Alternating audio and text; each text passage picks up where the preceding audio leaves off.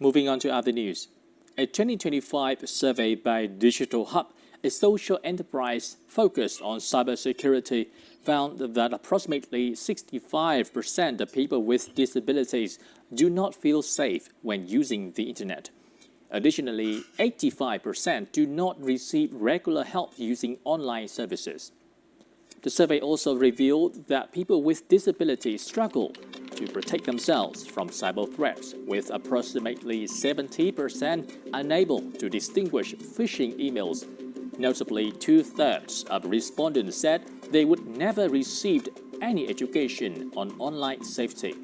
According to the Vietnam Association of Youth with Disabilities, the main forms of online scams targeting people with disabilities include information theft, device hijacking, impersonation of police or government officials, and scams using artificial intelligence.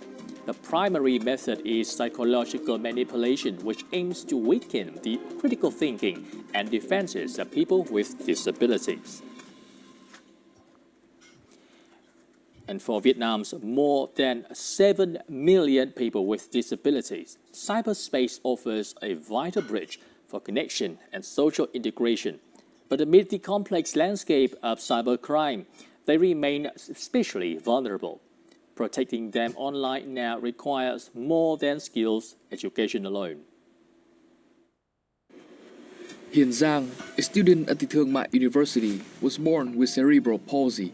She never imagined she would fall victim to an online scam.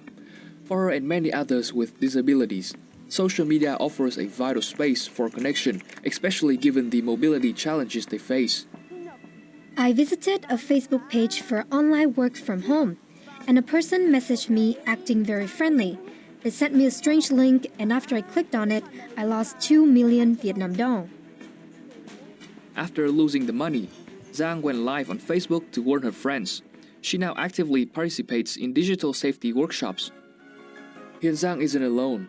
As online scams grow more sophisticated, members of the Vietnam Network of Blind Students are developing their own training project to address the challenges young people with disabilities face in cyberspace. We will work together to identify the best communication methods and programs to help blind students in our network recognize the risk of these scams. Organizations and businesses are reinforcing this proactive stance from the disability community. The Vietnam Association of Youth with Disabilities, for instance, has partnered with social enterprises to launch digital skills courses that empower people with disabilities to protect themselves. Vietnam recently hosted the signing ceremony of the United Nations Convention Against Cybercrime. This event signals a new direction. Skills education must go hand in hand with a stronger legal framework to protect people with disabilities online. It provides victims like Hiền Giang with an important new line of defense to prevent risk and protect their rights. I expect that the Hanoi Convention, once signed, will create a legal and humane environment for the disability community, not just in Vietnam, but globally. By domesticating the Convention's articles into our other legal documents, we can create special protection mechanisms for people with disabilities in cyberspace. Building legal frameworks in parallel with promoting digital safety education for the community isn't just about protection.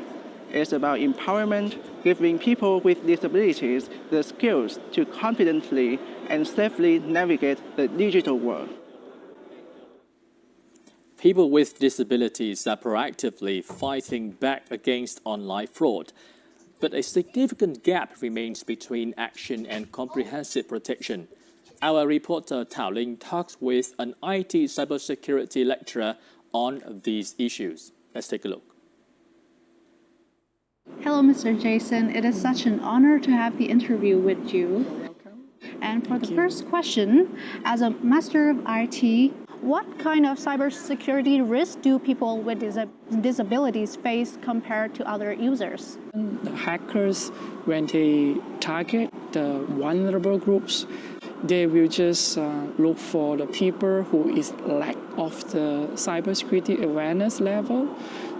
And that's they manipulate with psychology tricks, mimic or stealing their voice, copycat their faces, they are a bit maybe slower, or maybe they can't even type, they can't see, so they have difficulty to report to the authorities.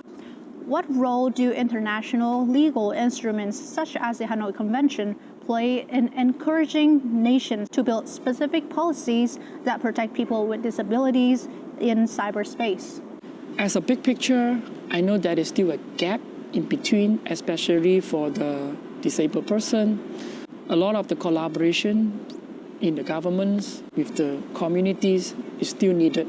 They can give away some of their tools or their courses or their services, and we need some representative from the disabled person.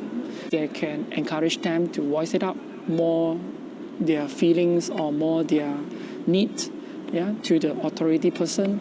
So close the gap. But this need to work in hand with hand. It's a long journey, it's a long battle.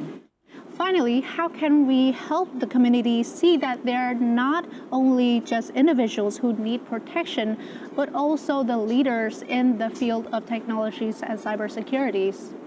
Cybersecurity, all this awareness, it starts from you. Even though you have disabled or you are the minor group, so you can do a lot of things. Maybe you cannot walk, you cannot talk, you still can spread out the word to deliver all these messages to protect the people. So all we do is we can support them, we can give them a place or an opportunity, but they have to stand on their own ground so they can help themselves more. Thank you, Mr. Jason, for your talk. It's been a pleasure talking with you. Yeah, thank you, Lynn. Yes. Thank you so much. In the next part of Newsline,